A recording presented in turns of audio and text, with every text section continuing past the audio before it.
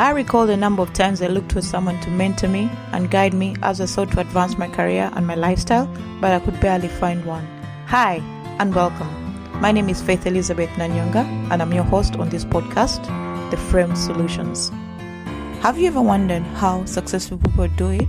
You see someone and you're like, oh, that person has everything together. They look like their lives are going well. They look like they're on schedule. You admire what they do. Today, I would like to share with you my proven ways that I've used to build habits that have stuck with me up to this date.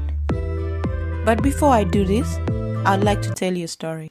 When author Stephen King wakes up every morning, he knows that he'll be sitting at his desk at 8 a.m. and writing 2,000 words. It's something that he's been doing every day for the last 30 years. And through this period, he's been able to write 46 novels.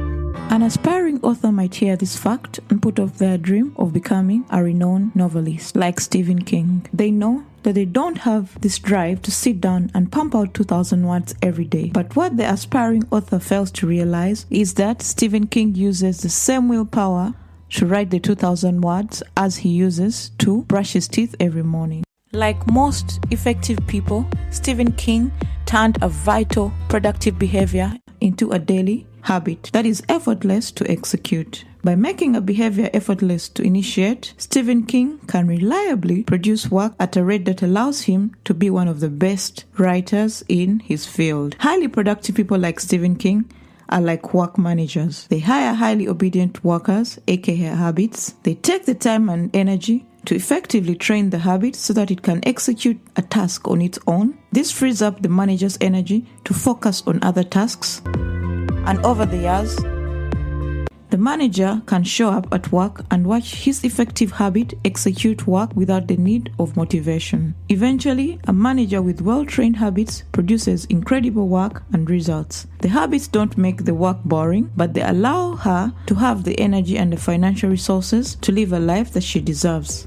That's the beauty of well-crafted habits. If you'd like the freedom and the beauty that habits provide, you'll need to have a reliable way of recruiting and training habits in your personal factory. First, only adopt one habit at a time.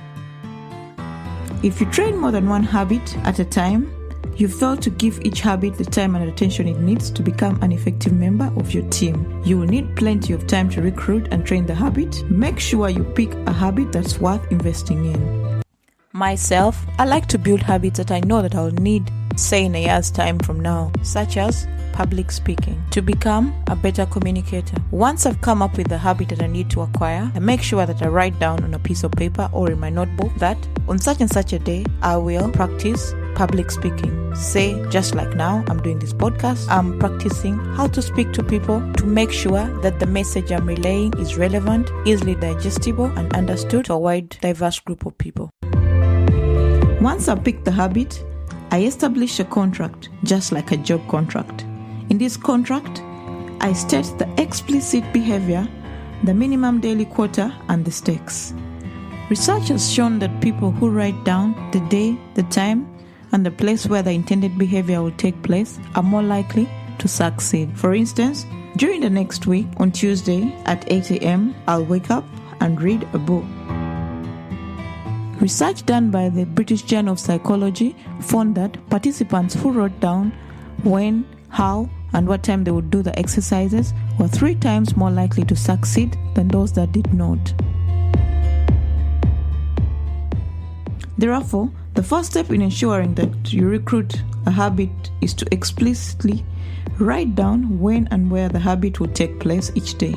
For instance, every day after having my morning coffee, I'll sit down at my desk and read a book on a concept that I'd like to master. When trying to recruit a habit, research has shown that failing to execute the habit for one day is not a big deal. It simply reduces the odds of adopting the habit by only about 5%. But if you miss 2 days in a row, you reduce the odds of adopting the habit by 55%. And if you miss more than 2 days in a row, you reduce the chances of adopting the habit by a whopping 90% or more. Therefore, your primary goal when recruiting a habit is to make sure that it doesn't miss 2 days in a row. To ensure that you don't miss 2 days in a row, you need a lower minimum daily quota. You do this by making the habit as tiny as possible in regards to time and effort required to accomplish the habit. When you develop a new habit, you require motivation. That often fluctuates from day to day or moment to moment. Honestly, trying to adopt a new habit that requires a substantial amount of motivation is a low success strategy. However, if the intended new behavior change only requires a tiny amount of motivation, your newly recruited habit is less likely to miss 2 days of work and jeopardize your success.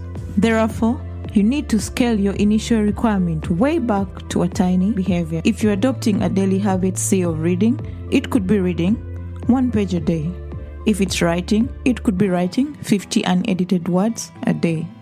It doesn't matter how much a new habit outputs each day.